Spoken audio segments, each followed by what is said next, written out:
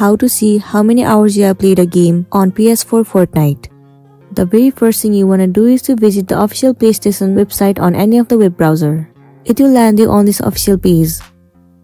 Tap on sign in at the top right corner and then log into your specific account. Once you are logged in, click on your profile at the top right corner and then head over to account settings. Inside account settings, move into family management and then click on setup now. Choose add an adult or add a child. Enter the sign-in ID of the family member. You can add as many members as you want to. Once you have added, the total playtime information for each user will be displayed next to the account name.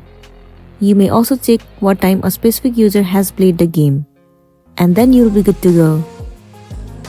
So that's all for today, and this is simply how you can see how many hours you have played a game on PS4 Fortnite. I really hope this video is going to be helpful for you.